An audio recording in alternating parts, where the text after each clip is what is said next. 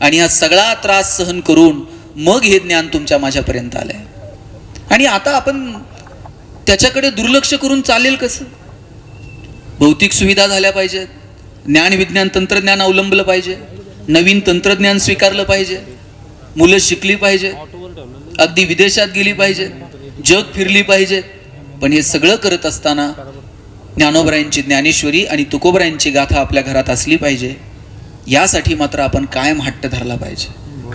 किती किती प्रेम आहे हो ज्ञानेश्वरीवरती लोकांचं, किती प्रेम आहे गाथेवरती लोकांचं.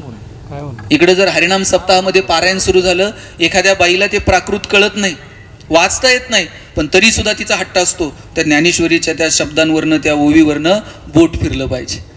एवढं प्रेम कोणत्या ग्रंथांवरती झालं? आणि आता येणाऱ्या पिढ्यांपर्यंत हे सगळं ज्ञान पोहोचवता येईल का? मला वाटतं याची काळजी मात्र आपण सगळ्यांनी घेतली पाहिजे. ज्ञानोबरायांनी ज्ञानेश्वरी सारखा महान ग्रंथ लिहिला. परवा चैतन्य महाराज देगलूरकर एका ठिकाणी म्हटले ज्ञानोबरायांनी त्या मुक्या रेड्याला, मुक्या प्राण्याला एकदाच सांगितलं बोल, आणि तो बोलायला लागला. जड भिंतीला माऊली एकदाच म्हटले चाल, आणि ती चालायला लागली. मुक्या प्राण्याला एकदाच सांगावं लागलं, जड भिंतीला एकदाच सांगावं लागलं, पण माणसांसाठी मात्र ज्ञानोबरायांना 9000 ओव्यांचा प्रपंच मांडावा लागला. आणि तरी आपण म्हणतो जगातला सगळ्यात हुशार प्राणी कोण आहे? जगातला सगळ्यात हुशार प्राणी कोण आहे? तुम्हाला शंका आहे का? जगातला सगळ्यात हुशार प्राणी माणूस. आणि हे कुणी जाहीर केलंय? हे माणसानं जाहीर केलंय. इतका माणूस हुशार आहे, त्यानं जाहीर करून टाकलंय आपण जगात सगळ्यात हुशार आहोत. आता ही हुशारी जर सिद्ध करायची असेल तर मी पुन्हा पुन्हा सांगेल, थोडंसं संत साहित्याकडे पहा. हा ग्रंथ आमच्याकडे आहे हो, पण उचकलाय कधी? वाचलाय कधी? त्यातलं पसायदान कधी समजावून घेतलंय? कधी पोराला जवळ घेऊन त्याला पसायदानाचा अर्थ समजावून सांगितलाय? कधी त्याला हरिपाठ समजावून सांगितलाय? माझी विनंती आहे, तुम्ही पुण्याच्या जवळ, मी इथं आल्याबरोबर जेव्हा मंदिर बघितलं, दादाने मला मंदिर दाखवलं, हा सगळा परिसर बघितला, असं वाटलं की अजून तुमच्या भागात गाव पण टिकून आहे. आणि हे टिकून ठेवा. भौतिक सुविधा वाढतील, नवीन तंत्रज्ञान तुम्ही स्वीकाराल, पण आध्यात्मिक पातळीवरती जे गावपण आहे ना, ते मात्र आपण टिकून ठेवलं पाहिजे. मला आठवतंय साहेब, जेवायला जर बसलो तर आजोबा सांगायचे चला गोल करून जेवायला बसा. सगळी घरातली माणसं असा गोल करून जेवायला बसायची. आता किती घरं अशी आहेत की जिथं गोल करून जेवायला बसतात? मधला एक काळ होता, गोल संपला आणि अर्धगोल सुरू झाला. पुढे टीव्ही सुरू असतो, एकमेकाला फक्त रिमोट फेकून मारायचा राहिलेला असतो.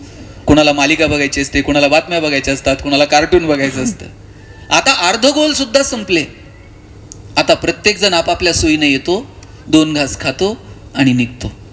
रेस्टॉरंट सारखं घरात ऑर्डर देऊन जेवायचं आणि आपापल्या सोयीने निघायचं, इथपर्यंत येऊन ठेपलाय. बरं, मी म्हणतो सगळेजण व्यस्त आहेत, प्रत्येकाच्या कामाच्या वेळा वेगळ्या आहेत. रोज असं एकत्र गोल करून जेवता येणं शक्य नाही. आठवड्यातनं, 15 दिवसातनं, महिन्यातनं कधीतरी ठरवून एकत्र गोल करून जेवायला बसा. यानं काय होतं माहिती आहे? यानं आपल्या लेकरांशी संवाद होतो, त्यांच्या चेहऱ्याकडे बघणं होतं, आईबापाच्या चेहऱ्याकडे बघणं होतं. पोरगा जेव्हा आईच्या डोळ्यात डोळे घालून बघतो त्यावेळेस आई अस्वस्थ आहे का, तिला काय होतंय, काय नकोय याची जाणीव होते. पोरगं जरा टेन्शनमध्ये दिसलं जेवताना तर वडील नंतर विचारतात, बाळा रे काय झालं तुला? हा संवाद, तो स्पर्श, तो सहवास या निमित्तानं तरी येईल. म्हणून 1-15 दिवसातनं तरी असा गोल करून जेवायला बसा. आजोबांना आम्हाला सांगायचे, चला जेवायला बसलात ना ताटाच्या भोवती पाणी फिरवा. आम्ही म्हणायचो ताटाच्या भोवती पाणी फिरवल्यावर काय होतं? बाजरीच्या भाकरीची पुरणपोळी होणार आहे का? ते म्हणायचे पदार्थ बदलत नाही, पण पदार्थाचा प्रसाद होऊन जातो आणि प्रसादाचा सन्मान ठेवायचा असतो. जेवायला बसलं का ते सांगायचे आभार माना. म्हटलं कुणाचे आभार मानायचे? ते म्हणायचे ज्यानं पिकवलं त्या शेतकऱ्याचे आभार माना, जिनं शिजवलं त्या तुमच्या आईचे आभार माना, आणि ज्यानं भूक दिली त्या भगवंताचे आभार माना. किती कृतज्ञता होती हो. आपल्या टिफिनमध्ये पोरांनो जी भाजी येते, जी पोळी येते, त्याच्यासाठी सकाळी आई 2 तास आधी उठलेली असते. आपल्याला उठवायलाच तिला 1 तास लागतो. ए उठणारे बाबा, चलणारे बाबा, गाडी येईल बरं का, आवरलं का तुझं बरं का. आणि आपण उठायच्या आधी 2 तास उठून ती आपल्यासाठी टिफिन तयार करत असते. आणि आपल्याला त्या टिफिन विषयी काहीच वाटत नाही. त्यातला निम्मा तर आपण तसाच घरी घेऊन येतो. काय त्या आईच्या डोक्यात सनक जात असेल, अरे सकाळी 2 तास आधी उठून केलाय. आपल्याला ती कृतज्ञता असली पाहिजे की माझी आई सकाळी उठून माझ्यासाठी डबा तयार करते. आणि मला वाटतं या छोट्या छोट्या गोष्टी पोरांच्या मनावरती बिंबवायला हव्यात आणि त्या आपल्या वागण्या बोलण्यातनं. आम्ही नगरवरून पुण्यात जेव्हा शिकायला आलो, आमची आई तर आम्हाला नगरवरून डबा पाठवत होती जेवणाचा. शिवाजीनगरच्या स्टँडला सकाळी 9:30 वाजता जेवणाचा डबा यायचा. सकाळी जर 9:30 वाजता डबा पुण्यात येत असेल, 6च्या गाडीनं दिला असेल. 6च्या गाडीला जर आईचा डबा तयार होता, 4 वाजता उठली असेल, पीठ मळलं असेल, भाकर थापली असेल, तिच्या हाताचा स्पर्श पिठाला झाला असेल. 2 वर्षात चतकोर सुद्धा भाकर कधी फेकून दिली नाही, कारण आपली आई सकाळी उठून आपल्यासाठी डबा तयार करून पाठवते. आणि पोरांनो, डबे फडक्यात यायचे आणि फडक्यात चिठ्ठी असायची, पोरांनो डबे खा, फडके जपून ठेवा. फडके साहेब जपून ठेवायचे. शनिवारच्या गाडीने फडके नगरला जायचे, सोमवारी परत त्या फडक्यांमध्ये डबे यायचे. पैसे नव्हते, आनंद मात्र भरभरून होता. आता अजून जरा बरं आहे. काही दिवसात तुम्ही बघा, म्हणजे आता आजही कित्येक शाळांमध्ये जर पोरांचे डबे चेक केले, Maggi, noodles, Kurkure, pastries, biscuits, विकत आणलेले प्रोडक्ट बहुतांश ठिकाणी आज पाहायला मिळतात. काही दिवसानं हे असलं विकत आणलेलं पण देणार नाही. आई डायरेक्ट डब्यात 100ची नोट टाकून देणार, तिकडंच जाऊन काय खायचं ते का, इथपर्यंत येऊ देऊ नका. लेकरांनीही त्या अन्नाचा आदर ठेवावा आणि आईलाही वाटावं की आपण सकाळी काहीतरी छान बनवून मुलांना द्यावं. ह्या छोट्या छोट्या गोष्टी आहेत, जे आपल्या दारात आपल्या घरात येतं, जी आई शिजवते, त्याच्यासाठी कुणा एका शेतकऱ्यानं वर्ष वाया घातलेलं असतंय. आणि त्या शेतकऱ्याच्या कुटुंबातला प्रत्येक घटक काम करतो. तिथली 70-75 वर्षाची आजी सुद्धा शेतात काय ना काय करत राहते. लहान पोरग शाळेत आलं ना, दप्तर टाकल्याबरोबर वडील सांगतात जरा मोटर बंद करू नये. शेतकऱ्याच्या घरातला प्रत्येक घटक दिवस रात्र राबतो. कधी त्याला पीक साधतं, कधी साधत नाही. साधलं इतके तमाशेत काय सांगावं. इकडून तिकडून पीक आलं तर त्याला भाव नाही, भाव मिळाला तर पीक जातंय. पाणी आहे तर मोटर जळाली, मोटर जर भरून आणली तर पाणी गेलेलं असतंय. आणि एवढ्या सगळ्या प्रतिकूल परिस्थितीतून न चिडता, न रागवता, न त्रेधा तिरपीट करता ते कष्ट करत राहतो तो शेतकरी. आत्ता दसऱ्याला मी एक व्हिडिओ बघितला. आपल्याकडे एक समज असतो की दसऱ्याला फुलांना चांगले भाव भेटतात. शेतकरी प्लॅनिंग करून दसऱ्याला फुलं येतील असं बघतो. आणि आत्ता परवा एक व्हिडिओ बघितला, दसऱ्याला फुलं बाजारात आणली आणि अक्षरशः आणायला जेवढा खर्च लागला मार्केटला, तेवढे सुद्धा पैसे त्या शेतकऱ्याला मिळाले नाही. आणि अशा प्रतिकूल सगळ्या परिस्थितीतून जे तुमच्या माझ्या घरात येतं, त्याच्यासाठी आपण एक कृतज्ञता तर व्यक्त करू शकतो की नाही. म्हणून आजोबा सांगायचे, ताटावर बसलं तर ज्यानं पिकवलं त्याचे आभार मानायचे, जिनं तुमच्या घरात शिजवलं त्या आईचे आभार मानायचे. बरं चला, हे सगळं आहे, पिकवणारा आहे, शिजवणारी आहे, आणि भूक नसल्यावर किती आभार आहेत देवाचे. आपल्याला भूक लागते. कित्येक माणसं अशी आहेत, ढिगाणं आहे साहेब घरात, पण भूक लागत नाही. भूक लागावी म्हणून गोळ्या खाव्या लागतात, खाल्ल्यानंतर परत पचावं म्हणून पुन्हा खाव्या लागतात. आपल्याला भगवंतानं भूक दिली, याच्यासाठी सुद्धा त्याचे आभार मानले पाहिजे. या छोट्या छोट्या गोष्टी येणाऱ्या पिढ्यांपर्यंत पोहोचतील का, मला वाटतं याची काळजी आपण सगळ्यांनी घेतली पाहिजे. आणि म्हणून विनंती आहे की आपण या छोट्या छोट्या गोष्टींसाठी त्याचे आभार मानायला शिकू. नाती गोती, प्रेम, जिव्हाळा टिकला पाहिजे. एकमेकांमध्ये प्रेम असलं पाहिजे. जोपर्यंत डोळ्यात प्रेम आहे आणि हृदयामध्ये वात्सल्य आहे, तोपर्यंतच आपण माणसं आहोत. ज्या दिवशी डोळ्यातलं प्रेम संपलं आणि हृदयातलं वात्सल्य संपलं, त्या दिवशी समजायचं आपण माणूस उरलो नाही, आपण यंत्र होत चाललेलो आहोत.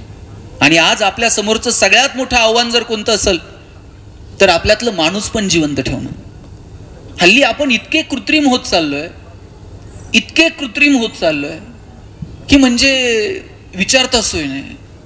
कारणाशिवाय हल्ली कुणाचं कुणाकडे जाणं येणं उरलं नाही. सुखदुःखात गाठी भेटी होतात. एरवी असं खास कुणी कुणाकडे जायला मोकळं नाही, कुणी कुणाला बोलवायला मोकळं नाही. वेळ उरला नाही. पूर्वी माणसांकडे पैसे कमी होते, साधनांची उपलब्धता कमी होती, पण वेळ होता. एकमेकांच्या सुखदुःखात माणसं मनापासून सहभागी होत होती. आता मला सांगा, आठवतंय का हो, 4 दिवस कुणाच्या घरी जाऊन मुक्कामी राहिलात? कुणाच्या घरी सोडा, माहेरी तरी 4 दिवस राहिलेलं आठवतंय का मला सांगा? हल्ली माहेरी सुद्धा 4 दिवस मन मोकळं राहिलेलं आठवत नाही. आमच्या वडिलांची आत्या आमच्याकडे मुक्कामी यायची, आणि ती जर मुक्कामी आली ना, सगळं घर रात्रभर गप्पा मारत बसायचं. आत्या जर 2 दिवस थांबली आणि तिसऱ्या दिवशी सासरी जायला निघाली ना, सगळं घर तिला एसटीला वाटा लावायला जायचं. आत्या नुसती एसटीत बसली आणि तिनं खिडकीतनं हात केला ना, येते, तिनं येते म्हणायला उशीर. सोडवायला आलेल्या लोकांचे डोळे पाणावत होते, एवढी माणसं भावनिक होती. आता लोक अंत्यविधीला जातात, प्रेत जळत असतं, निम्मे लोक मोबाईलमध्ये खेळत असतात. कधी उरकतोय कोणाच ठाऊक, त्यांना लगेच पुढे कुठेतरी जायचं असतं. साहेब, आपण रोज 2-5 कार्यक्रमांना तरी दिवसभरात हजेरी लावतो, पण आपल्या प्रत्येकाच्या आयुष्यात एक कार्यक्रम असा येणार आहे की आपल्याच कार्यक्रमात आपण गैरहजर असणार आहोत. कार्यक्रम आपला असेल पण त्यात आपली उपस्थिती नसेल, आणि प्रत्येकाच्या आयुष्यात हा कार्यक्रम येणार आहे. म्हणून मनापासून सुखदुःखात सहभागी व्हा. माणसं जिवंत आहेत तोपर्यंत भेटता येतं, तोपर्यंतच तो स्पर्श आहे, तोपर्यंतच संवाद आहे, आणि तोपर्यंतच सहवास आहे. गेल्यानंतर आपण त्या लोकांचं कितीही कौतुक काढलं तरी त्या कानांपर्यंत पोहोचतं का? आपल्याकडे गेल्यानंतर माणसाचं कौतुक करतात. जिवंत आहे तोपर्यंत त्याचे जेवढे दोष काढता येतील तेवढे काढायचे असतात. मला वाटतं माणसं जिवंत आहेत तोपर्यंत भेटा, तोपर्यंत कौतुक करा, तोपर्यंत बोला. तुम्ही म्हणाल दोष नाही सांगायचे, दोषही सांगायचे असतात, पण दोष हे कानात सांगायचे असतात, आणि कौतुक हे 4 चौघात करायचं असतं. आपण उलट करतो, आपण दोष 4 चौघात सांगतो आणि कौतुक कानात करतो. घरात पाहुणे आले का मग आपण पोराला नाव ठेवतो, एरवी नाही. पाहुणे आले का मग आपलं सुरू होतं, काय सांगायचं तुम्हाला, ऐकतच नाही, मोबाईलच घेऊन बसते, अभ्यासच करत नाही. आता पाहुणा म्हणणार आहे का, फारच बावळट आहे, मी घेऊन जातो आणि परत सुधरून आणून देतो. ते आपल्यालाच सुधारायचंय. उलट ते पोरगं कितीही खोडकर असलं ना, पाहुण्याच्या देखत म्हणायचं, आमचा दादा इतका हुशार आहे ना. दादा पाहुण्याच्याच पुढं पुस्तक घेऊन बसतंय का नाही बघा, आणि तुम्ही पाहुण्याच्या देखत म्हणून बघा दादा बावळट आहे. दादा बाहेर जात आहे, पाहुण्याच्या बुटात पाणी होतंय, लेसला लेस बांधतंय. तुमची इज्जत घालवायची एक संधी मग दादा सोडत नाही. कौतुक हे 4 चौघातच केलं पाहिजे. आणि कौतुक आवडत नाही असं कोण आहे का या जगात? अरे भगवंताला कौतुक आवडतं, आपण तर माणसं. तुकोबारायांना विचारलं काय मागायचंय ते मागा, आणि तुकोबाराय म्हटले, हेची दान देगा देवा, तुझा विसर न व्हावा. हां, दिलं हे दान, काय कराल? गुण गाईन आवडी, हेची माझी सर्व जोडी. आयुष्यभर तुझं गुणगान गात राहील, आणि या बदल्यात तुला काय हवंय? न लगे मुक्ती धन संपदा, संत संग देई सदा. तुका म्हणे गर्भवासी, सुखे घालावे आम्हासी. तुकोबाराय म्हटले, आयुष्यभर तुझं गुणगान गात राहील, आयुष्यभर तुझं मी कौतुक करत राहील, फक्त एवढं दान दे, तुझा विसर कधी होऊ देऊ नको. भगवंतालाही कौतुक आवडतं.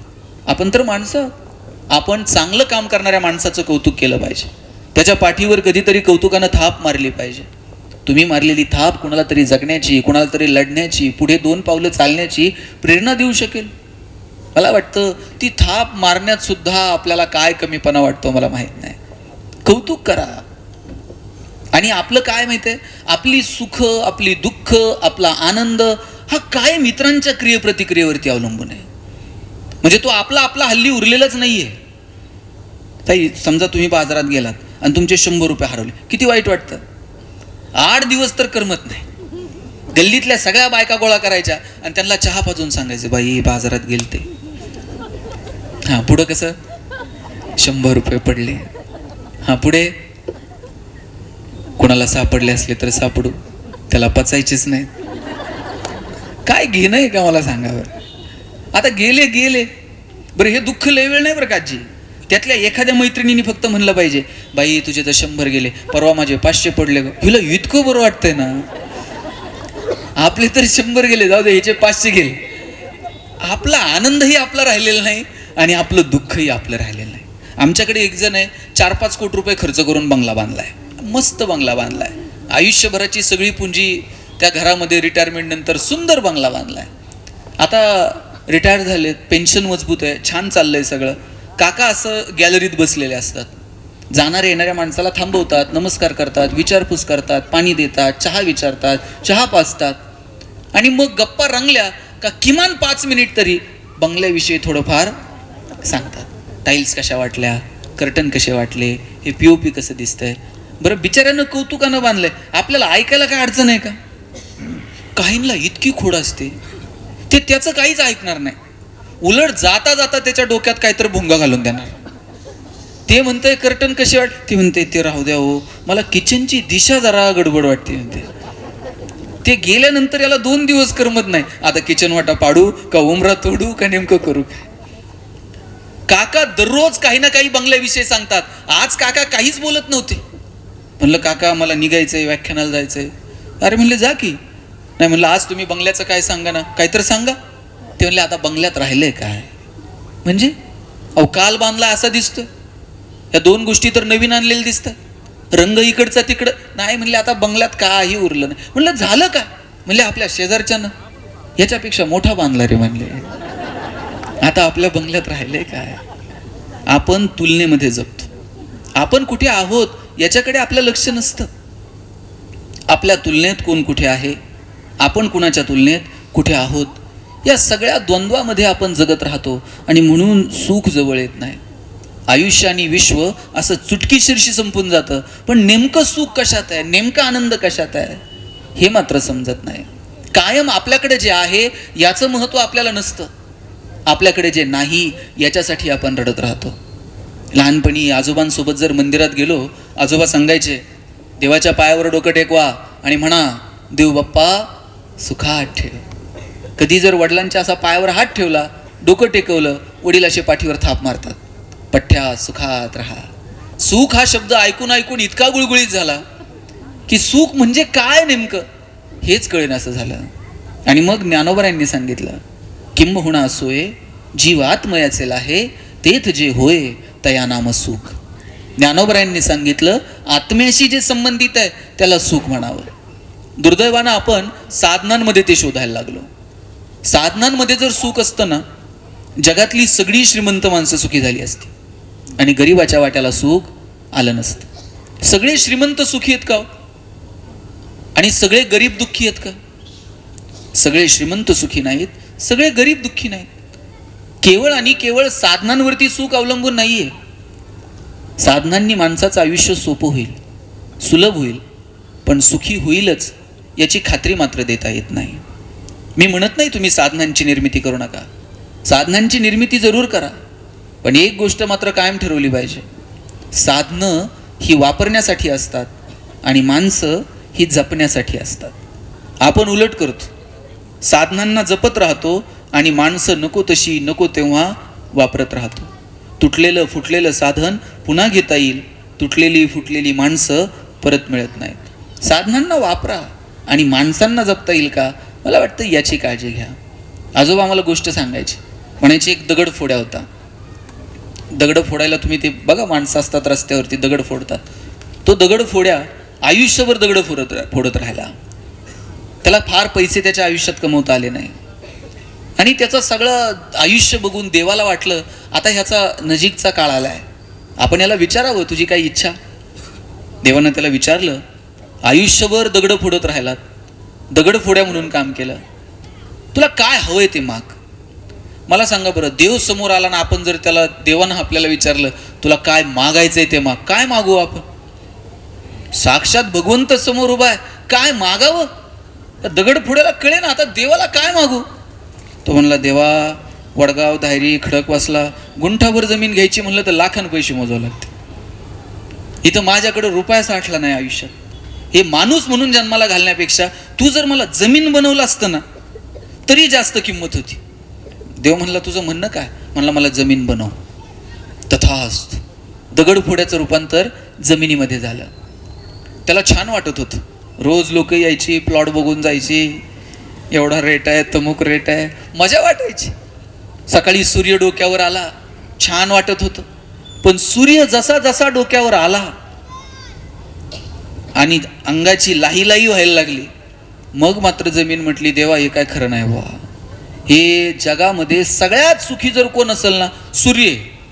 सगळ्या जगाला ताप देत आहे, मला ते जमीन नको बाबा, म्हणला सूर्य बनव. देव म्हणला तथाच. जमिनीचं रूपांतर सूर्यामध्ये झालं.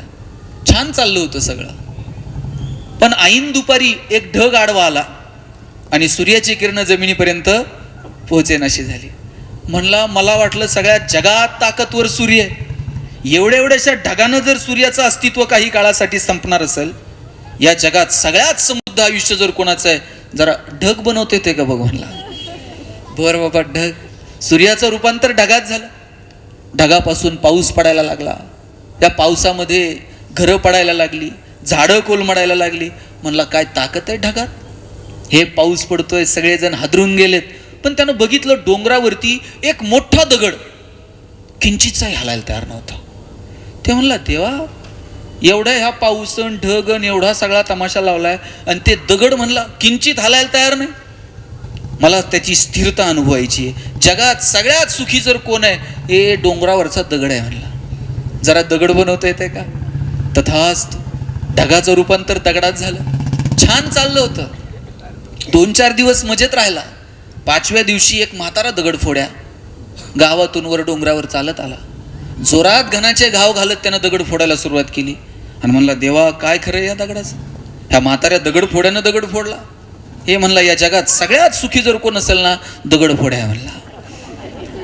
जरा दगड फोड्या बनवता येते का? देव म्हटला तथास्तु. आणि दगडाचं रूपांतर दगड फोड्यात झालं. सुरुवात कुठून झाली?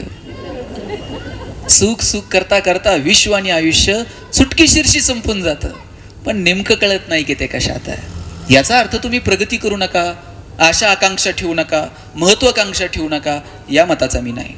पण जे तुम्ही काही करत आहात त्यातला आनंद शोधण्याची तयारी मात्र तुमची असली पाहिजे. इतर गोष्टी बघून दुःखी होण्यापेक्षा आपण जे करतोय त्यातला आनंद असा टिपकागदासारखा शोषून घेता आला पाहिजे. तुम्ही शिक्षक आहात, तुम्ही डॉक्टर आहात, तुम्ही इंजिनियर आहात, वकील आहात, राजकारणात आहात, समाजकारणात आहात, ज्या क्षेत्रात जाल तिथे आनंदानं तुम्हाला ते क्षेत्रात काम करता आलं पाहिजे. आपण सगळे एकमेकांपेक्षा वेगळे आहोत आणि आपल्याला आपल्यातलं वेगळेपण ओळखता आलं पाहिजे. ज्या दिवशी आपल्याला आपल्यातलं वेगळेपण ओळखता येतं ना, त्या दिवशी आपलं जगणं सुंदर होऊन जातं. मला सांगा, सचिन तेंडुलकर सारखा षटकार ऐश्वर्या रायला मारता येईल का? ऐश्वर्या राय सारखा ठुमका लता दिदींना देता आला असता का? लता दिदींसारखं गाणं अशोक सराफला म्हणता येत आहे का? तुम्ही जर मला म्हटले भाषण कर, मी 2 तास बोलेल. पण तुम्ही जर मला म्हटलं एवढ्या लांबून आलाय नगरहून, जाता आमच्या गावात एखादी कुस्ती करून जा, आपल्याच्यानं जमणार नाही. प्रत्येकामध्ये वेगळेपण आहे, ते वेगळेपण आपल्याला ओळखता आलं पाहिजे. मी जेव्हा कॉलेजला आलो, माझ्या सरांनी मला विचारलं, गणेश तुला MBA कशात करायचं? मी म्हटलं मला ह्युमन रिसोर्स मॅनेजमेंटमध्ये MBA करायचं. सर प्रत्येकाला विचारायचे. आमच्या वर्गात एक बोबडं बोलणारं पोरग होतं. त्याला विचारलं तुला MBA कशात करायचं? ते बोबडं बोलायचं, त्याला र बोलता यायचं नाही, रला ल म्हणायचं. त्यानं सांगितलं मला मार्केटिंगमध्ये MBA करायचं आहे. म्हटलं सर म्हटले तुला नीट र बोलता येत नाही, मग मार्केटिंगमध्ये काय MBA करणार? तुझं बॅकग्राऊंड कॉमर्स आहे, तू फायनान्समध्ये MBA कर. पोरग वर्गात उठून उभं राहायला. म्हटला सल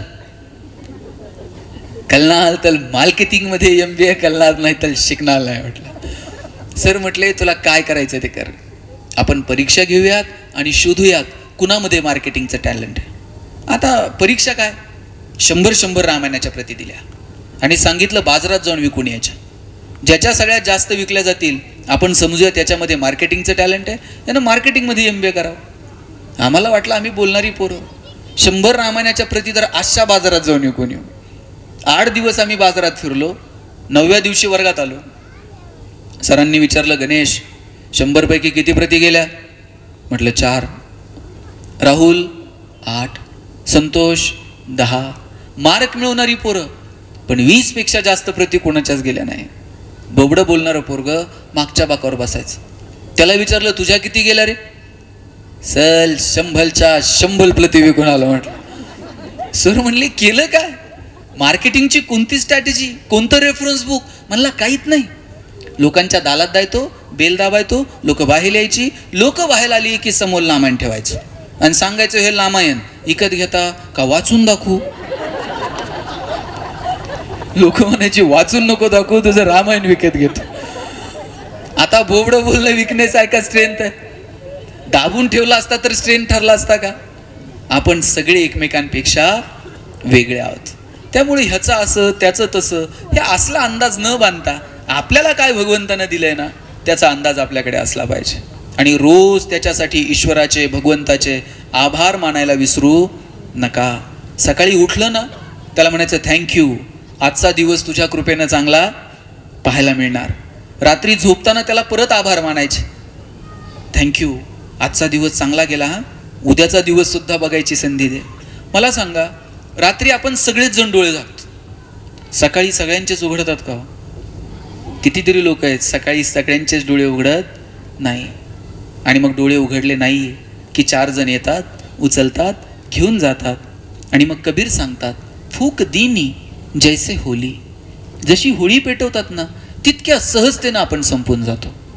म्हणून आजचा दिवस बघायला मिळाला, केवढे या भगवंताचे निसर्गाचे आपल्यावरती उपकार आहेत. रोज सकाळी उठल्याबरोबर मला तुम्ही हा प्रयोग फक्त 1 महिना करून बघा आणि तुमच्या आयुष्यातले बदल सांगा.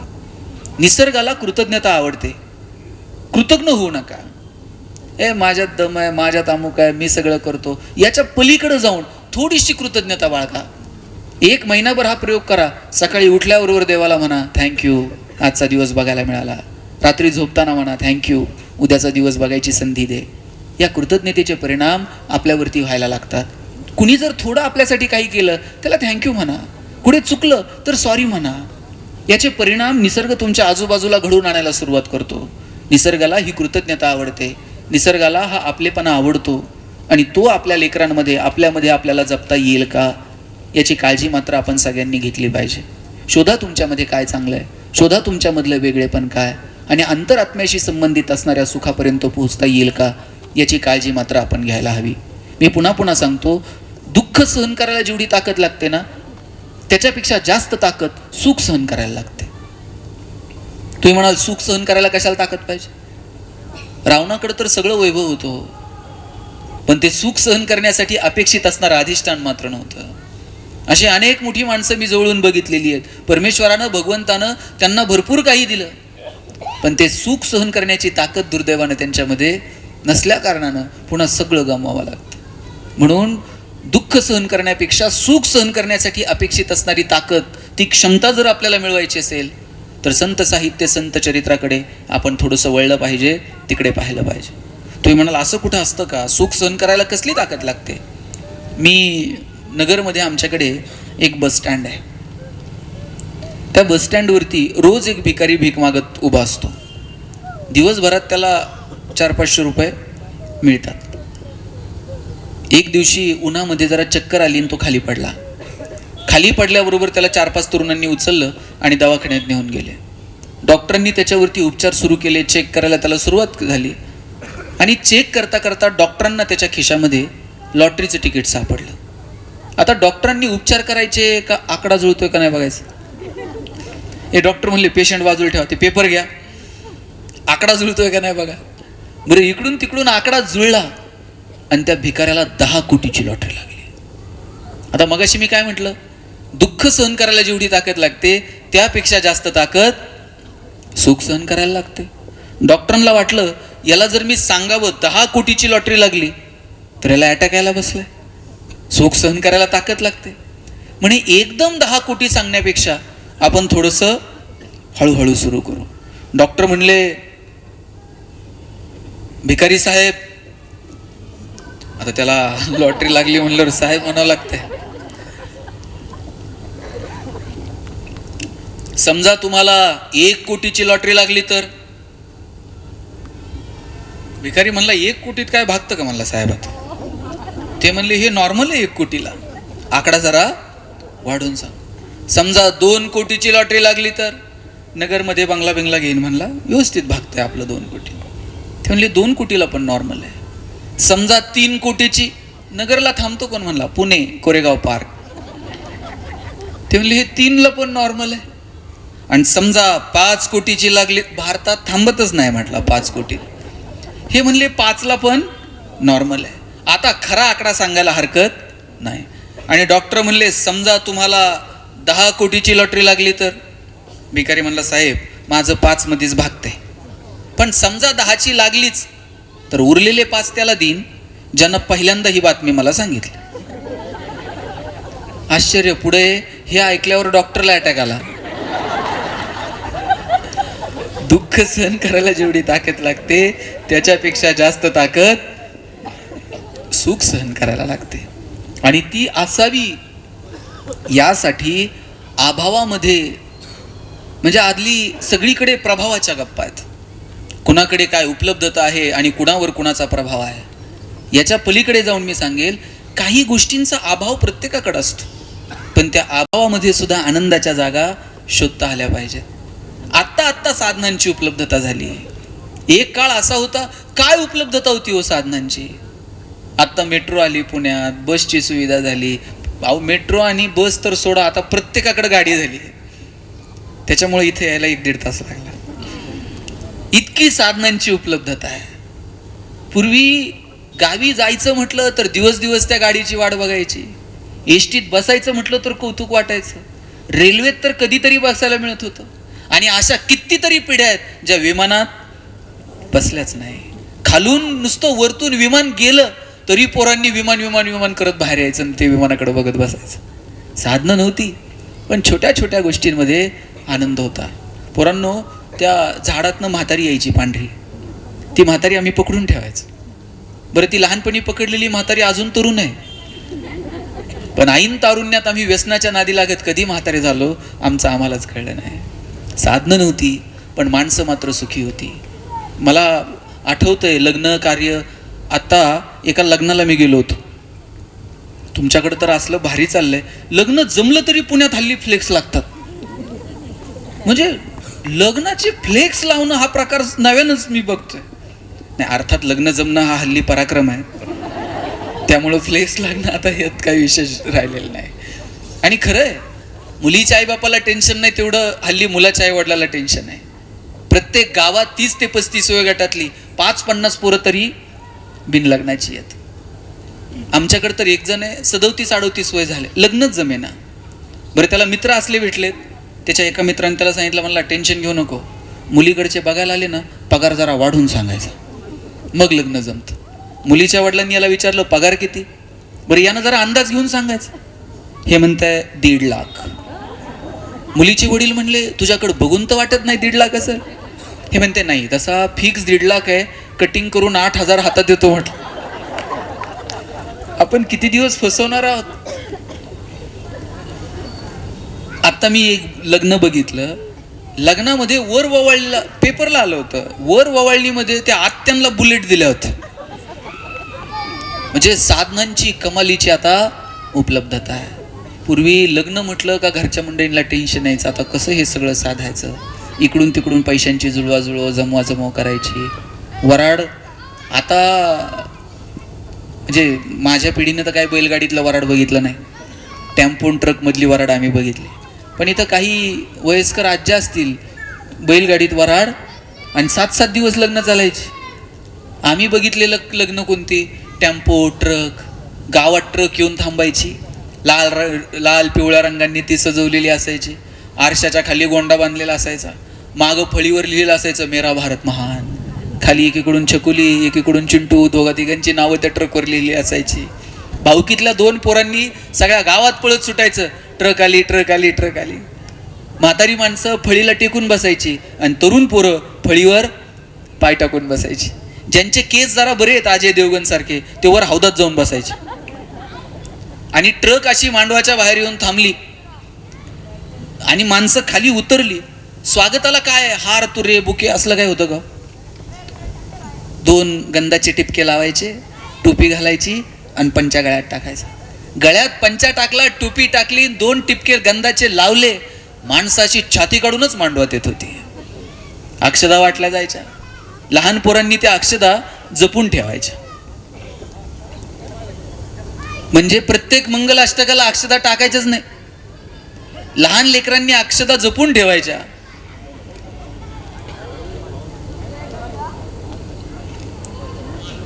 चला, लग्नाला सगळेजण उपस्थित आहेत, सगळ्यांचं स्वागत करू आपण. हे असे लग्नाला पाहुणे यायचे मध्ये.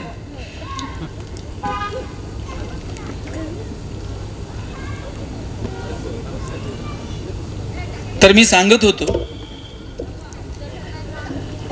लहान पोरं ती अक्षता जपून ठेवायची आणि शेवटच्या मंगलाष्टकाला त्या अक्षता कोणाला तर फेकून मारायची. आहेराचा डबा घेऊन एखादा माणूस बसलेला असायचा. बरं, त्यानं माईक मध्ये पुकारायचा, याचे 2 रुपये, त्याचे 5 रुपये. 11 आणि 21 रुपये देणारा तर इतका मोठा वाटायचा. तदैव लग्नम लग्नम तदैव. आणि वराडी वाजंत्री सावधान म्हणायला उशीर. समोरच्या वराडी मंडळींना सांगावं लागत होतं का हो, आता तुम्ही पंक्ती धरा. अहो शेवटचं मंगल अष्टक झालं ना झालं, तोच अशी नुसती बुड सरकली कापाक पंक्ती धरल्या जायच्या. एक जण कोणतर पहिल्यांदा यायचा आणि मीठ वाढून जायचं. बरं मीठ ते पंतरवाळ्या असायच्या. ताटण वाट्यातली जेवणं आत्ता आत्ता आली हो. पंतरवाळ्या सुद्धा पळसाच्या पानाच्या असायच्या, त्याही निम्म्या फाटलेल्या. वाढफ्या जर ओळखीचा असला तर एकाला एक पंतरवाळी लावून द्यायचा आणि मीठ नेमकं पंतरवाळीच्या मध्ये वाढायचं. ते बाजूला करेपर्यंत पुरीवाला पुरी ठेवून जायचा. द्रोण घेऊन भाजीची वाट बघत बसायची. लक्ष असायचं बुंदीवाला कधी येतोच. पुढच्या ह्याच्यात वाढत असला तरी त्याला हाका मारून घ्यायची. त्यानं बुंदीची बुचकुली ओतली, दुसऱ्या पंतरवाळीत वाढूच तवर आपली संपलेली असायची. यानं मूठ उचलायची, मान वर करायची, बुचकुली अशी तोंडात सोडायची, डोक्यातली टोपी खाली पडायची आणि भातातल्या आळ्यात कोणतर वरून ओतून निघून जायचं. पैसे नव्हते, आनंद मात्र भरभरून होता. आता पाण्याच्या बाटल्या बिटल्या ठेवलेल्या असतात, जार ठेवलेले असतात. पहिली अशी टिपाडं ठेवलेली असायची आणि त्याच्यावर लाल निळे पिवळे ते ग्लास आठवतात का प्लॅस्टिकचे, तसल्या त्या प्लॅस्टिकच्या ग्लासांमध्ये पाणी प्यायचं. बरं सर नुसतं प्यायचं नाही, त्यातले 2 ग्लास खिशात घालून घरी घेऊन जायचे. ते घरी घेऊन गेलेला प्लॅस्टिकचा ग्लास एखाद्या पुरस्कारापेक्षा सुद्धा मोठा वाटत होता. बरं ती नवरी जायला निघाली ना, ती नवरी इतकं रडायची. बरं नवरी तर रडायची, त्या कलवऱ्या का रडायच्या कोणाच, त्या जणू प्रॅक्टिस करायच्या नाही, आपल्यालाही कधीतरी रडावं लागणार. आणि मग नवरा नवरीनं सगळ्यांच्या पाया पडायचं. घरातल्या म्हाताऱ्या बायका पिशवीमध्ये हात घालायच्या, 5-10 रुपये त्या पोराच्या हातात टेकवायचे. माणसांनी असा कोपरीत हात घालायचा, कोपरी असायची, त्यातून चुरगळलेल्या 5-10 रुपयाच्या नोटा पोरींच्या हातात द्यायच्या. नवरा नवरीची अशी मूठ सगळी पैशांनी भरलेली असायची. घरी गेल्यानंतर नवरदेवानं नवरीकडचे पैसे त्याच दिवशी बघू किती झालेत ते त्याच दिवशी काढून घ्यायचे आणि मग ठरवायचं उद्या कोणत्या देवाला जायचं, काय करायचं, कसं करायचं. पैसेच नव्हते हो, पैसे नव्हते, पण माणसं समृद्ध आयुष्य जगत होती. माणसांना एकमेकाची गरज वाटायची, सगळी भावकी सुखदुःखाला जमायची. आता म्हणते भावकी नाही आली तरी जमतं, 2 केटर जरा जास्त लावून टाका. आता साधनांचा प्रभाव वाढत गेला, माणसांचा अभाव असला तरी हल्ली चालून जातं. मला वाटतं की या सगळ्या प्रभावी साधनांच्या रेलचेलीमध्ये माणसं जपायला जर आपण शिकलो तर किती जगणं सुंदर होऊन जाईल. भगवान श्रीकृष्ण करंगळीवरती पर्वत उचलतात, बासरी मात्र 2 हातांनी घट्ट पकडतात. ज्याला करंगळीवरती पर्वत उचलता येतो त्यानं बासरी तर गरगर फिरवली असती, पण करंगळीवरती पर्वत उचलणारा कृष्ण बासरी घट्ट पकडतो, कारण त्याला ठाऊक आहे पराक्रम हा रणांगणात गाजवायचा असतो आणि नात्यांमध्ये प्रेम जपायचं असतं. आपण उलट केलं, आपण रणांगणात शस्त्र ठेवून दिली आणि नात्यांमध्ये पराक्रम गाजवले. परवा तर एक जण मला म्हणला 10 वर्ष झाली मी भावाच्या दारात गेलो नाही. म्हटलं वा, काय पराक्रम आहे. 10 वर्ष झालं मी बहिणीचं तोंड बघितलं नाही. म्हणलं ती गेल्यावर जाशील साडी बिडी घेऊन, शेवटची साडी चोळी घेऊन भाऊ येतो. बहिणीला कळतं का हो, आता शेवटची साडी घेऊन आलाय, माझ्यासाठी रडतोय. गेल्यानंतर आपण त्या शरीराला अग्नी देतो, त्या अग्नीचा दाह, त्या अग्नीचा चटका त्या शरीराला समजतो का. जर त्या गेलेल्या शरीराला अग्नीचा दाह कळत नाही, आपण दिलेल्या मांडीचा स्पर्श कळेल का. आपण नंतर वारा घालतो, त्या वाऱ्याची झुळूक त्या शरीरापर्यंत पोहोचते का. जोपर्यंत माणसं जिवंत आहेत तोपर्यंत त्यांना जपा. मला तरुण पोरांना विचारायचं आहे, जरा आठवून बघा बरं, ज्या आईच्या पोटात आपण 9 महिने होतो तिला शिवून किती दिवस झालेत. जिच्या पोटात आपण 9 महिने होतो तिच्या हाताला हात लागून किती दिवस झालेत. जिला सोडून आपण 2 मिनिट राहत नव्हतो तिला बघून किती दिवस झालेत. ज्या बापानं बोटाला धरून चालायला शिकवलं त्या वडिलांच्या पायाला हात लागून किती दिवस झालेत. आठवत सुद्धा नाही, स्पर्श विरून गेले. स्पर्श, आणि मी पुन्हा पुन्हा सांगतो, जोपर्यंत स्पर्श आहेत तोपर्यंत नाती आहेत. काय मजा आहे त्या स्पर्शांमध्ये. आजही तुम्ही माहेरी जा, म्हातारी आई पटकन उमऱ्यापाशी पळत येते की नाही. तुम्ही आज फोन करा, आई उद्या येते बरं का, ती झोपतच नाही रात्रभर. उठली का, आवरलं का, निघाली का, गाडीत बसली का, जागा मिळाली का. इकडं पोरांना जरा बसवर इकडं आणून कोणतर बडबड करणारी पोरं आहेत ना, इकडं मागं बस. आणि ऐकत नसतील तर त्यांच्या हातात मोबाईल द्या, झाडाखाली जाऊन बसते. आता पर्यायच राहिलेला नाही. मी सांगत होतो, तुम्ही माहेरी गेलात, आई पटकन उमऱ्यापाशी पळत येते, भाकरीचा तुकडा वाळून टाकते, पाणी वाळून टाकते, जवळ घेते, तिचे ओठ गालावर लावते. 2 दिवस जर तुम्ही माहेरी थांबलात आणि 3ऱ्या दिवशी तुम्ही सासरी यायला निघालात, तुमच्या आईनं तुमची पिशवी कधी रिकामी पाठवली का? शेंगा घेऊन जा, वांगे घेऊन जा, दूध घेऊन जा, भाजी घेऊन जा, पापड करून ठेवलेत, लोणचं घालून ठेवलंय, कुरड्या करून ठेवल्यात, वडे तोडून ठेवलेत. सासरी मिळत नाही. सासरी सगळं मिळतं, पण आईला वाटतं पोरीची पिशवी कधी रिकामी जाऊ नये. कोण करते एवढं प्रेम तुमच्यावर? लेकुराचे हित वाहे माऊलीचे चित्त, ऐसी कळवळ्याची जाती करी लाभावी न प्रीती. कोणत्याही लाभाची अपेक्षा न करता तुमच्यावर ओतप्रोत प्रेम करणारी या जगात जर कोण असेल तर तुमची आई आहे, तुमचे वडील आहेत. दिवसभरात एकदा तर आईसोबत आपल्याला बोलायचं असतं. बरं, आई सगळं तुमचं ऐकते. कधीतरी आईचं एक वाक्य तुम्ही कान देऊन ऐकलं पाहिजे. कधीतरी बोलता बोलता नकळत आई म्हणते, बाई आम्ही आहोत ना तोपर्यंत येत चला. ज्या दिवशी आई असं म्हणल, आम्ही आहोत तोपर्यंत येत चला, तेव्हा हातातली कामं ठेवा आणि भेटून घ्या.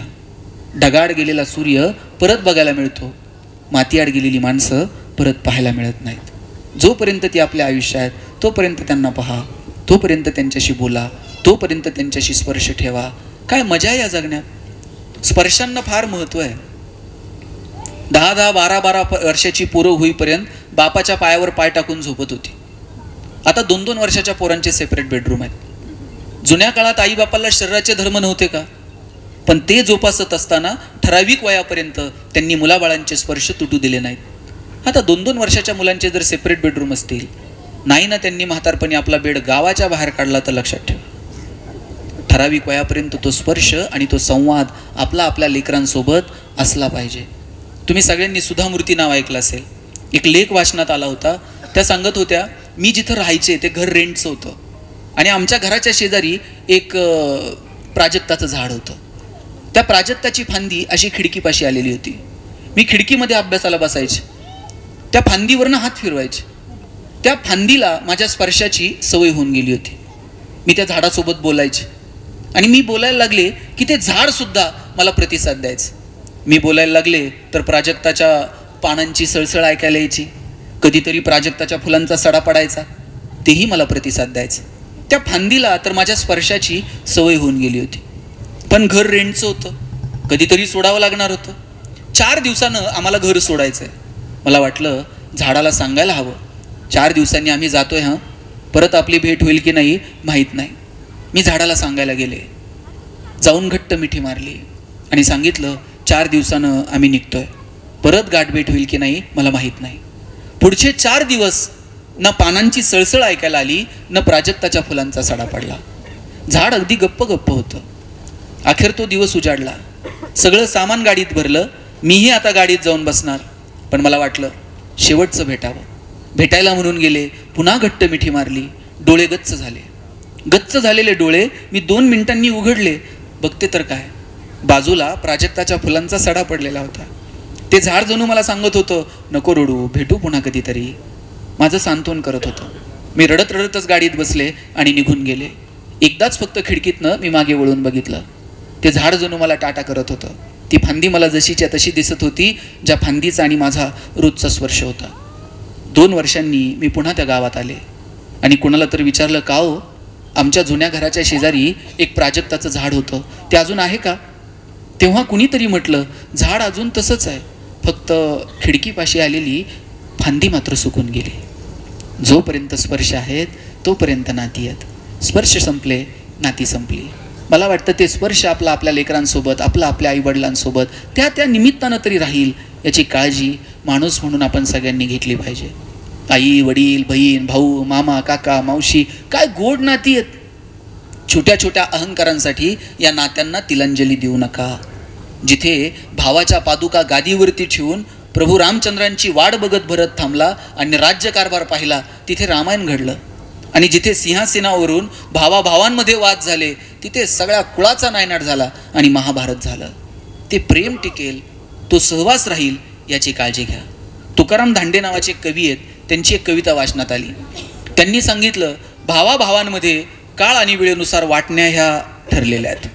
आज नाही तर उद्या होतील, उद्या नाही तर परवा होतील, वाटण्या होतातच. पण यांच्या वाटण्या कशा झाल्या? त्यानं सांगितलं, थोरला भाऊ उभा राहिला आणि धाकट्याला म्हटलं, बघ मी मोठा आहे, मी सांगल तशा वाटण्या होतील. धाकटा म्हटला, ठीक आहे, तुम्ही म्हणताल तशा. थोरला उठून उभा राहिला, अंगणात गेला आणि म्हटला, 6 खणाचा जुना वाडा तुझा आणि 3 खणाचं नवं घर माझं. मी कामाला जातो, मोटारसायकल माझी, तू शेती करतो, बैलगाडी बैलजोडी तुझी. आई बापाच्या वाटण्या होत नाहीत, दोन्ही घरं त्यांचीच आहेत, पण आपल्या सोयीसाठी. तुझी लेकरं लहान आहेत, आई तुझी. मी कामाला जातो, माझ्या घरात बापाचा धाक पाहिजे, बाप माझा. 6 खणाचा जुना वाडा तुझा, 3 खणाचं नवं घर माझं. मी कामाला जातो, मोटारसायकल माझी, तू शेती करतो, बैलगाडी आणि बैलजोडी तुझी. आई बापाच्या वाटण्या होत नाहीत, आपल्या सोयीसाठी, आई तुझी, बाप माझा. पण आयुष्यभर लक्षात ठेव, एकाच आईच्या पोटी आपण जन्माला आलो, आता शेवटच्या श्वासापर्यंत मी तुझा आणि तू माझा. काय प्रेम आहे.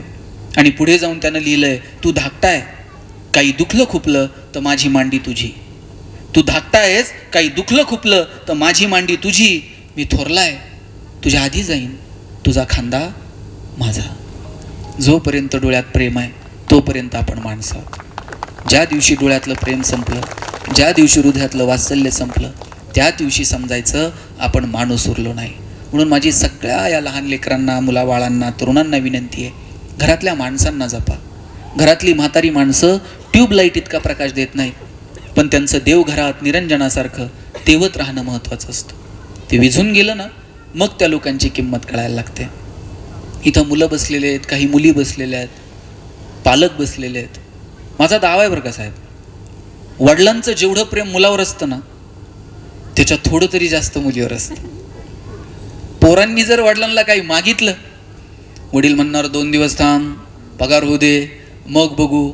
आम्ही 500 रुपये मागितले तर आमच्या हातात 50 रुपये देणार, आणि पोरीनं 50 मागितले का तिला 500 देणार.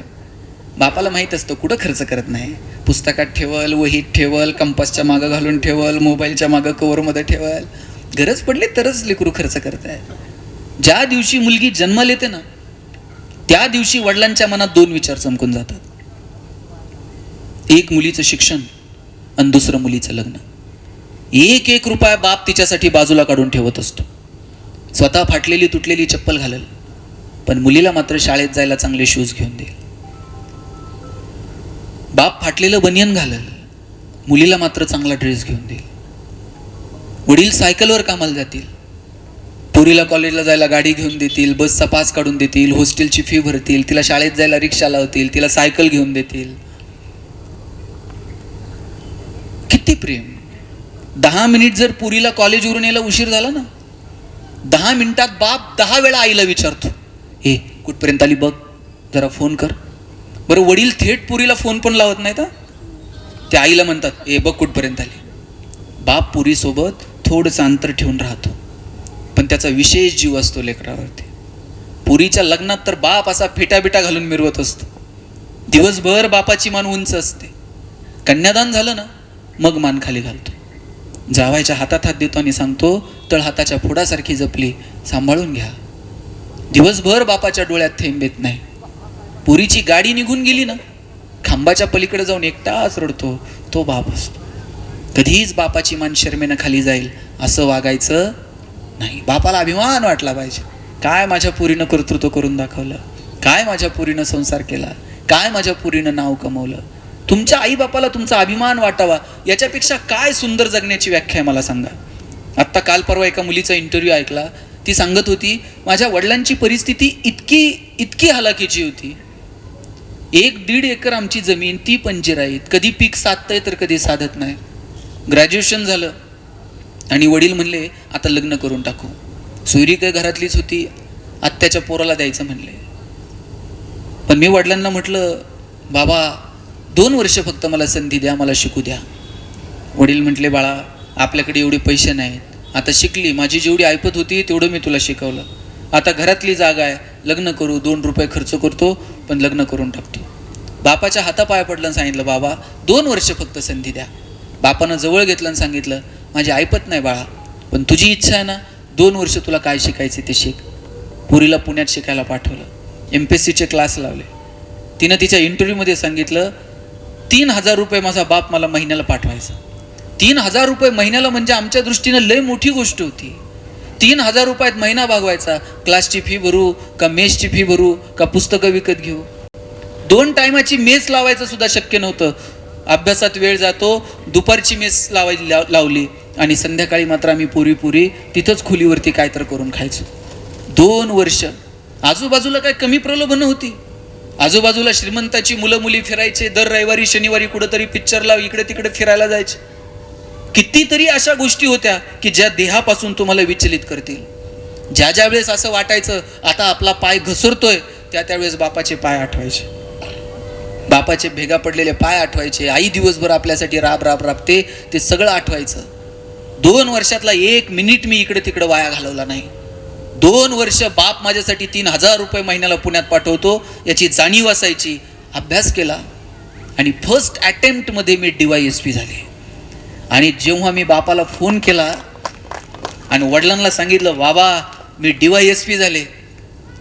DYSP झाले. मला वडिलांनी विचारलं, तू तर म्हणली होती फौजदार होशील, फौजदार का झाली नाही? आता बापाला सांगू कसं, माझ्या हाताखाली 4 फौजदार काम करणार आहेत म्हणून. ज्याला माहीतही नाही की बाबा रे की काय हे आपली पोरगी काय शिकायला गेली. तिचे आई वडील इतक्या अशिक्षित, इतक्या कष्टाळू, इतक्या ग्रामीण भागातली मुलं मुली केवळ आणि केवळ शिक्षणाच्या जोरावरती स्वतःला सिद्ध करू शकली. मला वाटतं याच्यापेक्षा काय असतं वेगळं. किती वेळ सर आपल्याकडे आणखी थांबवायचंय? मला म्हणजे सांगायचं तात्पर्य काय माहितीये की आपण नेमकं काय मुलांपर्यंत पोहोचवतो. आणि बाळांनो, तुम्हाला जर तुमची आर्थिक आणि सामाजिक परिस्थिती जर बदलायची असेल तर शिक्षणा इतका प्रभावी पर्याय तुमच्या समोर दुसरा नाही. म्हणून चांगलं शिका. काळ आणि वेळेनुसार बदला. जग बदलतंय, तंत्रज्ञान बदलतंय. अब्दुल कलाम साहेब पेपर टाकून शिकले आणि या देशाचे राष्ट्रपती झाले. डॉक्टर बाबासाहेब आंबेडकर शिकायला गेले, लायब्ररीमध्ये 12-12 तास अभ्यास करत होते. दुपारचा टिफिन घेऊन जाण्याची परिस्थिती नव्हती, पाव घेऊन जायचे. पावाचा तुकडा, भूक लागली की पावाचा तुकडा खायचे, पाणी प्यायचे. लायब्ररीनं बघितलं आणि सांगितलं बेकरी प्रोडक्ट्स वगैरे इथे अलाउड नाहीये. आणि नंतर कळलं बाबासाहेब दुपारचा टिफिन आणू शकत नाही. तो लायब्ररीयन रोज टिफिन घेऊन यायचा. तुमची जर जिद्द असेल ना, परिस्थिती आपोआप जुळून येते. पण तुम्ही महत्त्वाकांक्षा बाळगली पाहिजे की यस, मला ही गोष्ट मिळवायची आहे, ही गोष्ट मला अचीव्ह करायची. सगळेच प्रशासनात जातील, सगळेच डॉक्टर इंजिनियर होतील असं नाही. सगळ्यांचीच आर्थिक परिस्थिती खूप सुधरेल असंही नाही. पण प्रयत्न मात्र करायचा. रडायचं नाही, लढायचं परिस्थितीच्या विरोधात. आणि जी परिस्थिती आहे ना, त्या परिस्थितीचा आनंद घ्यायला सुद्धा विसरायचं नाही. मी ज्या घरात राहत होतो सर, आमचं घर पत्र्याचं होतं. कॉलनीत सगळ्यांची घरं स्लॅबची होती, आमचं एकटंच घर पत्र्याचं होतं. मी आईला म्हणायचो, आई सगळ्यांची घरं स्लॅबची, आपलंच पत्र्याचं का? ती म्हणायची, तुझे वडील शिक्षक आहेत म्हणून घर पत्र्याचं. म्हणलं शासनाचा GR आहे का शिक्षकांनी स्लॅबची घरं बांधायची नाही? ती म्हणायची, तू नशिबान आहेस पत्र्याच्या घरात जन्माला आला. मी म्हणायचो का?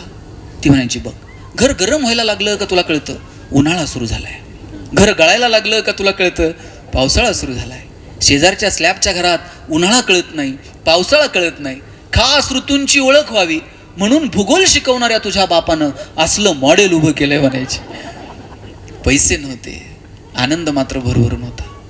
दिवाळीला जर लवंगी फटाकड्याचा पुडा आणला ना, अख्खी लढ कधी एकखटी वाजवली.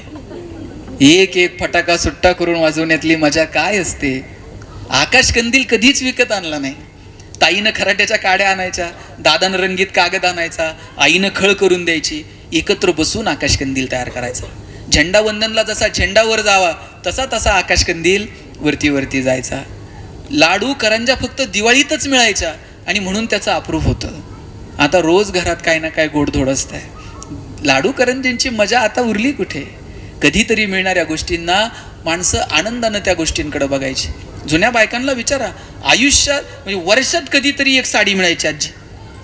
बरं ती जर यांनी आणि नवऱ्यानं साडी दिली, पहिल्यांदा स्वतः नव्हते नेसत.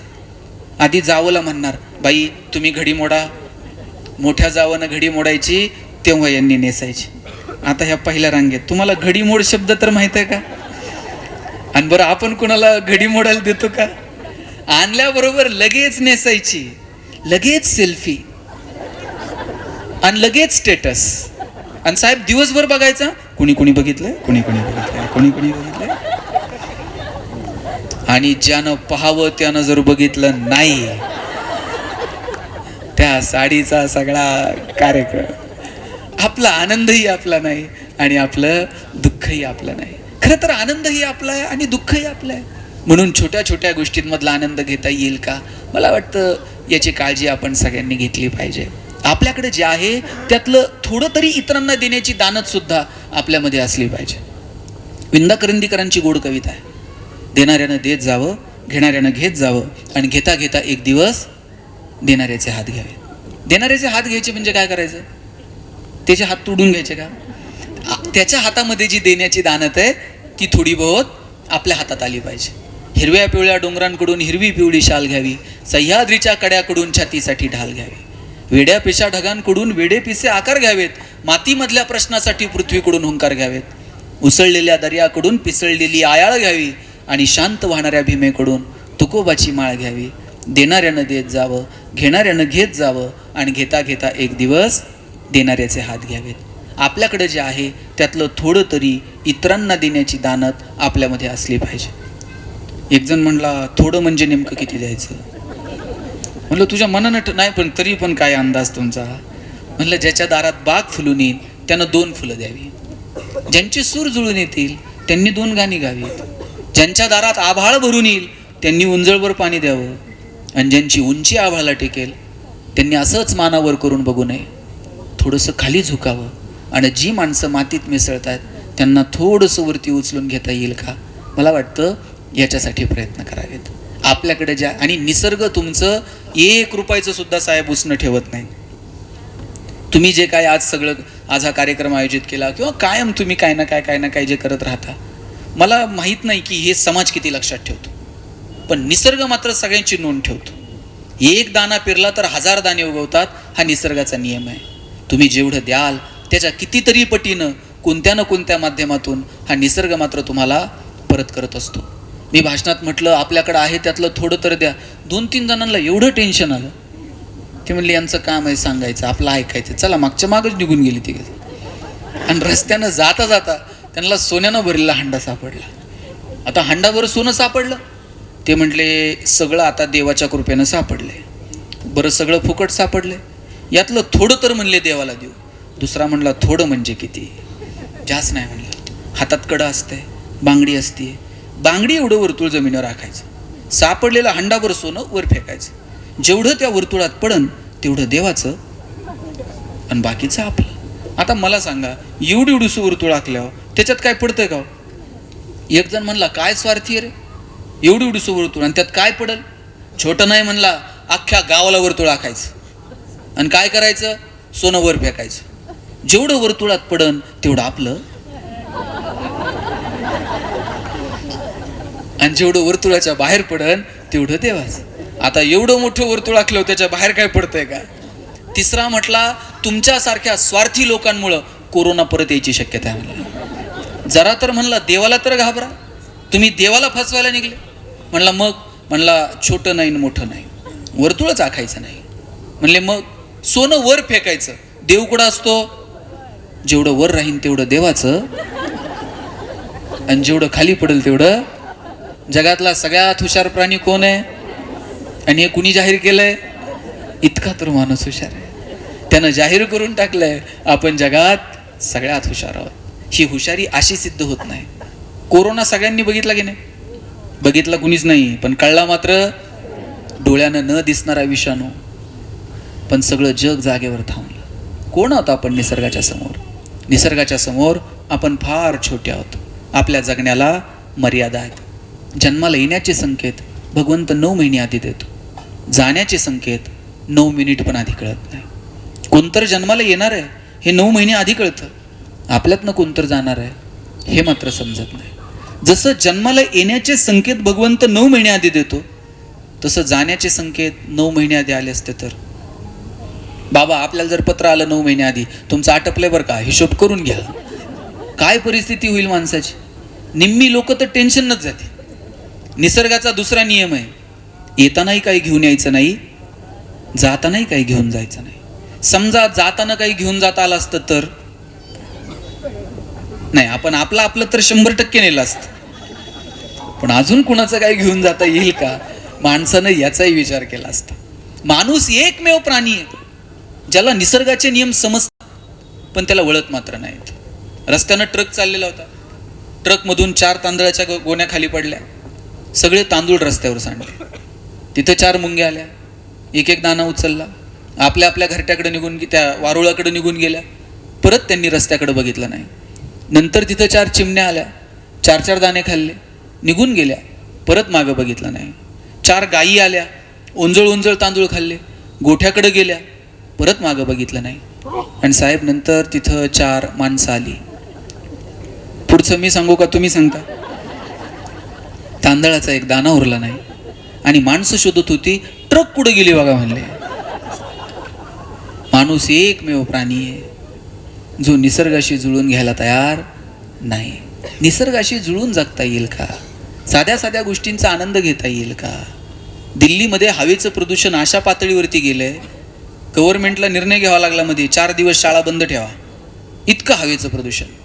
आज आपण जाईल तिथं पाण्याची बाटली घेऊन जातो, एक दिवस असा येईल, अरे मुंबईला जायचंय ना, आपली ऑक्सिजनची टाकी घ्या. इथपर्यंत येऊ देऊ नका.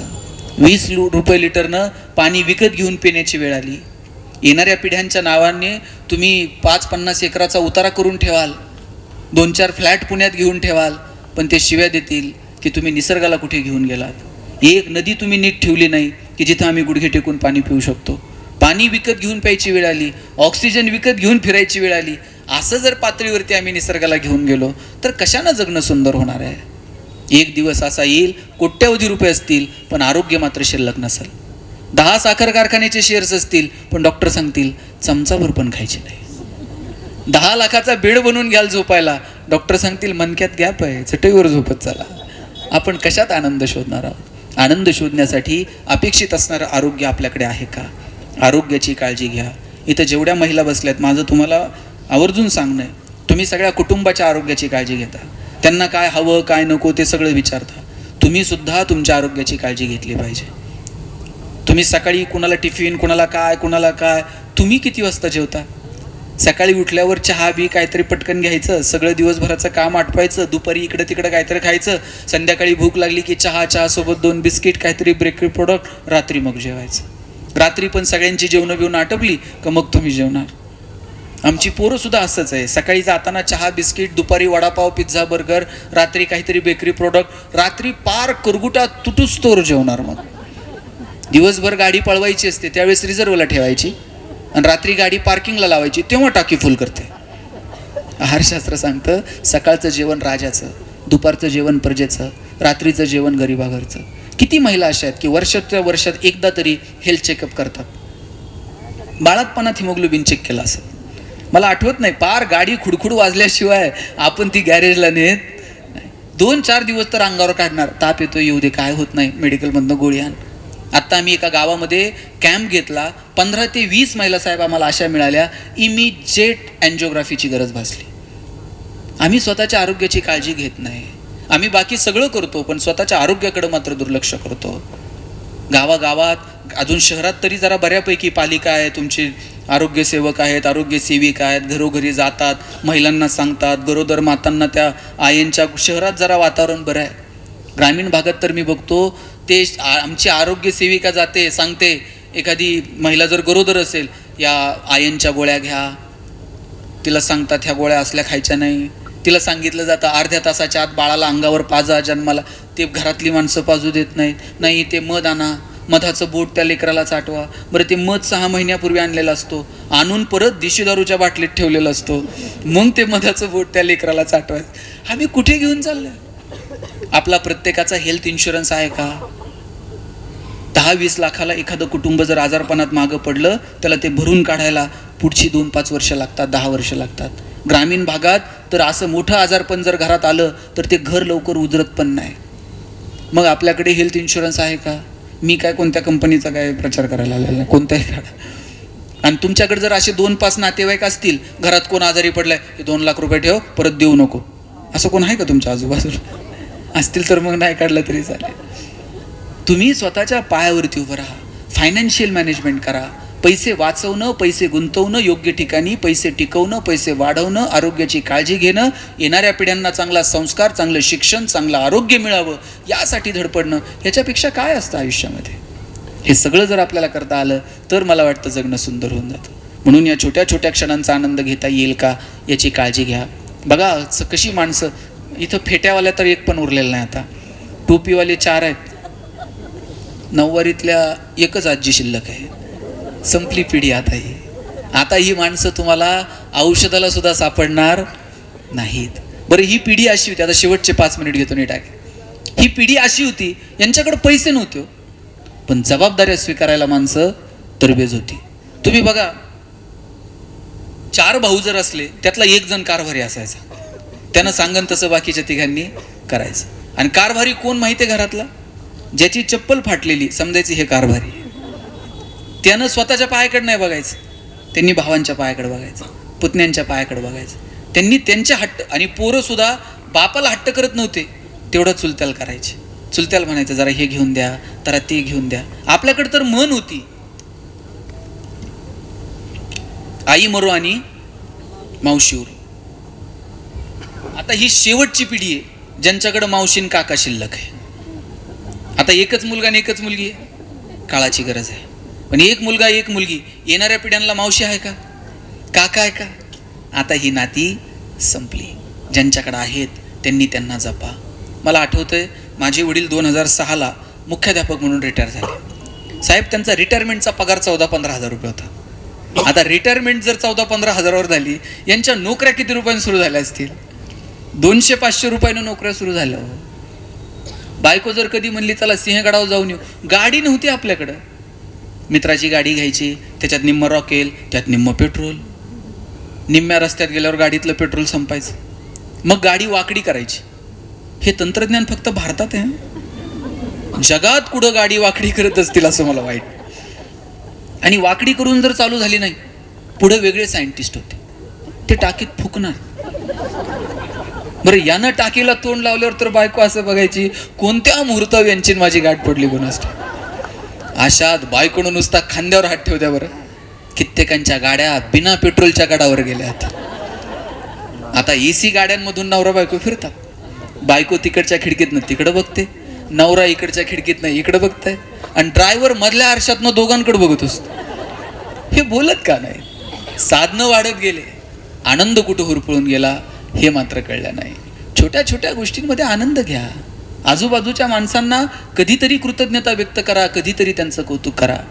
ज्यानं जन्म दिला तिला कधीतरी म्हणा, आई तू जन्म दिला म्हणून जग बघायला मिळालं. बाबा तुम्ही इथपर्यंत घेऊन आलात म्हणून आम्ही पोहोचलो. दादा आयुष्यभर मला तुझा आधार वाटत राहिला. ताई तुझ्या प्रेमामुळे आम्ही इथपर्यंत येऊ शकलो. कधीतरी पत्नीला म्हणा, बाई तुझ्यामुळे संसार झाला. पत्नीचं कौतुक करा म्हणल्यावर 4 जण भांडायला आले. म्हणले बाकी ठीक आहे, बायकोचं नाही करणार. म्हणलं तुमचं पटत नाही, पटायचं सोडा. म्हणला तिला कानानं ऐकायलाच येत नाही. म्हणलं मग दवाखान्यात नाही, माझ्याबरोबर का भांडतो? म्हणला नेतो संध्याकाळी. बरं, बायकोला घेऊन दवाखान्यात जायचं तर एकटंच गेले. डॉक्टरला म्हणला बायकोला ऐकायला येत नाही. डॉक्टर म्हणले बायको कुठे? घरी. इथून काय करायचं म्हणले आता? ते म्हणले काय करायचं ते करा, 2-4 गोळ्या बिळ्या काय. ते म्हणले आधी घरी जा, किती अंतरापर्यंत ऐकायला येत नाही तेवढं जरा मोजून ये. घरी गेला, बेल दाबली, पोरानं दार उघडलं, बायको किचनमध्ये होती. यानं दारातूनच आवाज दिला, भाजी काय केली? तिकडून काहीच प्रतिक्रिया नाही. याला कळलं दारातून ऐकायला येत. हॉलमध्ये गेला, भाजी काय केली? काहीच प्रतिक्रिया नाही. किचनच्या दारात ओरडला, भाजी काय? काहीच नाही. त्याला कळलं प्रकरण गंभीर आहे, हिला किचनच्या दारातून पण ऐकायला येत नाही. शेवटी बायकोच्या मागं जाऊन उभा राहिला आणि जोरात कानात ओरडला, अगं भाजी काय केली? बायकोनं हातातली कढई अशी दंदिशी आदळली. म्हणजे 4 वेळा सांगितलं ना हो बटाट्याची केली म्हणून. तुम्हाला मागच्यांना कळलं का नाही? 20 वर्ष ह्याला ऐकायला येत नव्हतं. तिनं कसा संसार केला असं मला सांगा. धूल चेहरे परती और हम आईना साफ करते रहे. आपण कधीतरी स्वतःच्या अंतर्मनात डोकावून बघितलं पाहिजे की नाही. आणि काय लागतं कौतुकाला. ती बिचारी तिचं नाव गाव सगळं सोडून आपल्या घरात येते, आपल्या घरातल्या माणसांना आपलंसं करून घेते. तिचे 2 शब्दांना कौतुक करायला काय अडचण आहे. आपण गेल्यावर कौतुक करतो, लय चांगली होती. आता काय कळणार आहे तिच्यापर्यंत. एका कवीनं एका गेलेल्या स्त्रीच्या भावना व्यक्त केल्या. तिचा श्वास थांबला, आजूबाजूला गर्दी झाली आणि मग लोक म्हणायला लागली खूप चांगली होती. तेव्हा ती म्हणते जिवंत होते तोपर्यंत कुणी कौतुक केलं नाही, आज सगळ्या जणी माझं कौतुक करतायत, आता थोडीच मला ऐकायला येणार आहे. एरवी 10 मिनिट जर सकाळी उठायला उशीर झाला, घरातली माणसं घर डोक्यावर घेत होती. उठायची वेळ आहे का, सूर्य डोक्यावर आलाय. आता सगळ्या जणी मला रडून रडून म्हणत होत्या उशिरा का होईना उठ ना ग. आता थोडीच उठणार होते मी. एरवी थोडीशी नटले की घरातली माणसं नाका मुरडत होती, हिला सारखं नटायला लागतं. आता सगळ्या जणी मिळून मला नटवत होत्या. आता थोडीच मी मला माझ्या आरशात बघणार होते. आता संपलंच की सगळं. श्वास थांबायच्या आत बोला, श्वास थांबायच्या आत जगून घ्या. रुक्मिणी आईसाहेबांच्या पायावर डोकं टेकवलं. त्या अगोदर विठ्ठलाच्या पायावरती डोकं टेकवलं. वर बघितलं, विठू दिसलाच नाही. 2दा डोकं टेकवलं, नाही दिसला विठू. रुक्मिणी आईसाहेबांच्या पायावर डोकं टेकवलं आणि पुन्हा काढून घेतलं, कधीतरी आपलंच आपल्याला लागेल म्हणून. आणि म्हटलं आईसाहेब शेजारी विटेवर विठू दिसत नाही. असेल की नीट बघा, कुठे जाणार आहे. 2दा बघितलं, विठू विटेवर नाही. खरंच नाही, खरंच आहो 2दा मी बघितलं, नाही विठू विटेवरती. रुक्मिणी आईसाहेब म्हटल्या मी इकडे आले आणि नाकासमोर बघण्यात माझं आयुष्य गेलं, कधी मान वळून बघितलं नाही हो. आता तर दगडाची झाली आहे, वळत पण नाही. आषाढी कार्तिकेला कितीतरी जण येतात, डोकं टेकून निघून जातात, पण कधी कुणी म्हटलं नाही विठू विटेवर नाही तू. आज तुम्ही म्हटलात आणि 28 युगांचं एकटेपण अंगावर धावून आलं. कितीतरी गर्दीमध्ये अनेक स्त्रिया एकट्या असतात. त्यांना अपेक्षा असते संवादाची, त्यांना अपेक्षा असते कधीतरी कौतुकाची. मला वाटतं ज्या घरातली स्त्री सुखी ते घर सुखी. मग ती आई असेल, बहीण असेल, मुलगी असेल, पत्नी असेल, त्यांचा सन्मान करायला शिका. माझी सगळ्या पुरींना पण विनंती आहे, भाऊबीजेला किंवा रक्षाबंधनला ते कॅडबरी बिडबरी काय घ्यायची ते घ्या, पण भावाला सांगायचं जितका सन्मान माझा करतो ना तितकाच सन्मान इतरांच्या बहिणीचा कर. म्हणजे कोणत्या बहिणीसाठी मोर्चे काढावे लागणार नाहीत, कॅन्डल मार्च काढावे लागणार नाहीत. किती सोपं गणित आहे. म्हणून जाताना इतकंच सांगतो, माणसांना जपा. घरामध्ये जर म्हातारी माणसं असतील त्यांना जपा. म्हाताऱ्या आजी आजोबांना विनंती आहे, ज्ञानेश्वरी आणि गाथा घरात ठेवा. नातवाला जवळ घेऊन कधीतरी एखादी ओवी, कधीतरी एखादा अभंग, कधीतरी हरिपाठ समजावून सांगा. नातू म्हणतोय गोष्ट सांगा ना, आपणच त्याला सांगायचं एक होता राजा, त्याच्या 2 राण्या, एक आवडती एक नावडती. पोरग तेच करते कॉलेजला, एक राजा 2 राण्या, एक आवडती आणि एक नावडती. हरिपाठ आपणच सांगायचा, आजीनंच जवळ घ्या. आजीचा संसार आता झालाय. आजीची शेवटची मैत्रीण जर कोण असेल तर तिची नात आहे. नातवाला जग बघायचंय. नातवाचा पहिला मित्र जर कोण असेल तर त्याचे आजोबा आहेत. ज्यांच्याकडे आजी आजोबा आहेत त्यांना जपा. मी नेहमी एक आजीची गोष्ट सांगतो, ती सांगून मी आता थांबणार आहे. माझा मित्र त्याच्या आजीची गोष्ट सांगायचा. म्हणायचा आम्ही शहरात होतो नोकरीच्या निमित्तानं आणि माझे आजी आजोबा मात्र गावी होते. पण वडिलांनी ठरवलं होतं कोणत्या ना कोणत्या निमित्तानं कायम नातवांची आजी आजोबांची भेट झाली पाहिजे. सणावाराला सुखदुःखाला कायम ते आम्हाला गावी घेऊन जायचे. इकडचा सूर्य तिकडं उगवल पण दिवाळी मात्र आमची गावी व्हायची. आजी डोळ्यात प्राण आणून आमची वाट बघत असायची. नऊवारी साडी, चोळीला मारलेली गाठण, कमरेला खोवलेली पिशवी आणि कपाळावर भाला मोठं कुंकू. 100-200 रुपये पिशवीत साठवून ठेवायची आणि सगळी नातवंड आली की प्रत्येकाच्या हातात ₹2 करत सगळे पैसे वाटून टाकायचे. तो लिहितो वर्षभरातली सगळी दौलत नातवांच्या हातावर उधळून देणारी तुकतुकीत चेहऱ्याची आजी आमच्या दृष्टीनं जगातली सगळ्यात श्रीमंत बाई होती. आजी आम्हाला घ्यायची, बोलायची, कडेवर घेऊन फिरायची. संध्याकाळी खूप गर्दी, मग तळवट असा बाहेर टाकायचा अंगणात आणि त्याच्यावरती झोपायचं. घरात कापसाच्या उशा खूप थोड्या होत्या. ज्या नातवाच्या मनगटात रग त्याला पटकन उशी मिळायची. मला कधीच मिळाली नाही. मी रांजणाच्या कोपऱ्यात जाऊन रडत बसायचो. तशी आजी यायची, उचलून घेऊन जायची. बाकीच्या पोरांना डोकं टेकवायला उशी मिळाली. माझं नशीब थोर. मला मात्र डोकं टेकवायला कायम आजीचा मऊ हात मिळाला. आजीच्या हातावर डोकं टेकवायचं, आकाशातल्या ताऱ्यांकडे बघायचं आणि म्हणायचं, आजी एखादी गोष्ट सांग ना. माझ्या आजीनं मला किती गोष्टी सांगितल्या. अहिल्याची, रुक्मिणीची, सीतेची गोष्ट सांगताना ती हळवी व्हायची. ती म्हणायची, सीता जनकाची पोरगी, मोठ्या घरात आलती, अयोध्येची राणी झाली असती, पण लेकराचं नशीब असं, तिच्या वाट्याला वनवास आला. अयोध्या सोडताना तिला राजवाड्याचा मोह झाला नाही, पण का कोणास ठाऊक वनवासात असताना सोन्याच्या हरणाचा मोह झाला.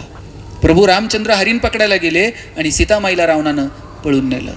आम्हा बायांचं जगणंच मेलास. कशाचा हट्ट धरायचा नाही, आणि कशाचा हट्ट धरला की झालं असं. ती रडायची, मी झोपी जायचो. आता आम्ही मोठे झालो, शिकायला पुण्यात आलो. एका खोलीवरती मी आणि माझा मित्र राहायचो. माझी तब्येत बरी नव्हती, परीक्षा जवळ आलत्या. वडिलांना म्हटलं, काही दिवस आजीला पाठवता. परीक्षांसाठी माझी तब्येत बरी नाही म्हणून कधी नव्हे ती आजी पहिल्यांदा पुण्यात आली.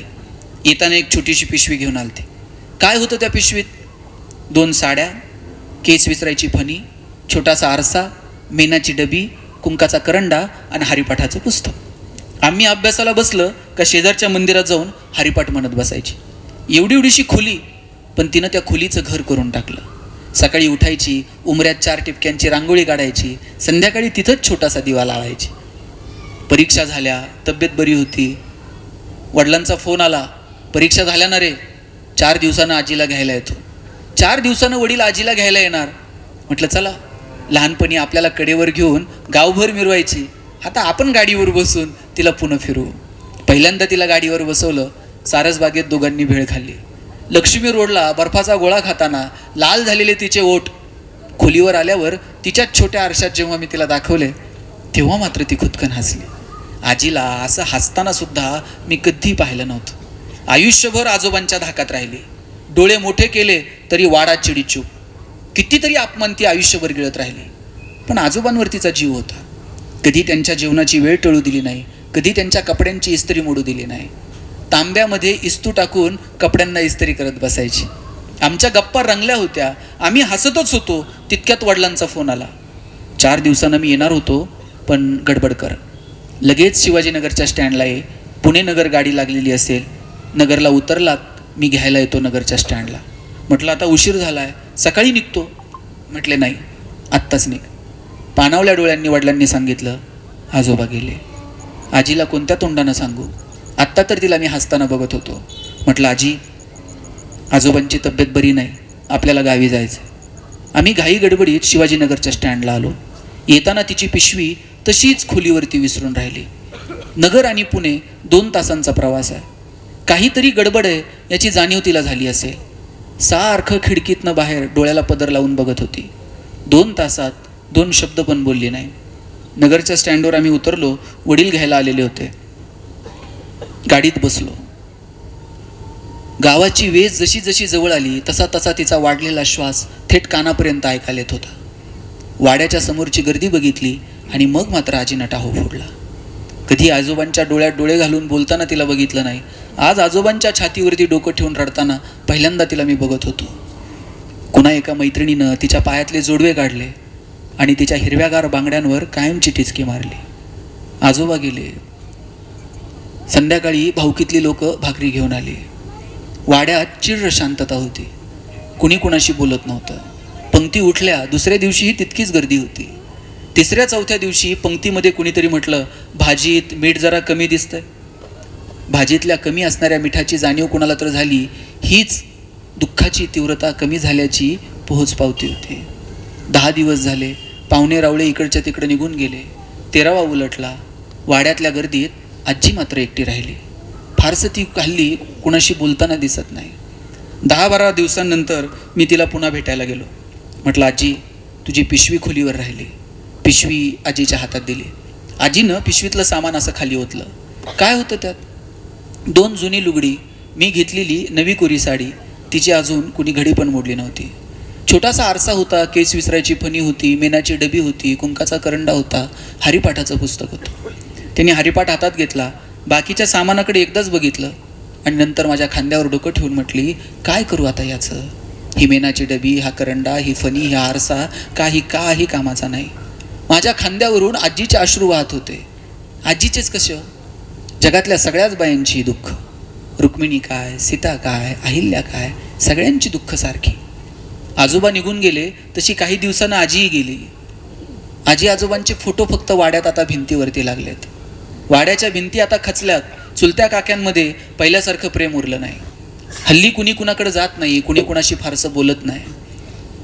मीच ठरवलं यावर्षी दिवाळीला गावी जायचं. वडिलांनी सांगितलं होतं, पुढेही जा, गावाकडची नाळ तुटू देऊ नका. मी पहिल्यांदा चुलत्यांना पत्र लिहिलं, म्हटलं येतो. तेही म्हटले ये. माझ्या छोट्याशा पुरीला घेऊन मी गावी गेलो. तिला सगळं गाव दाखवला.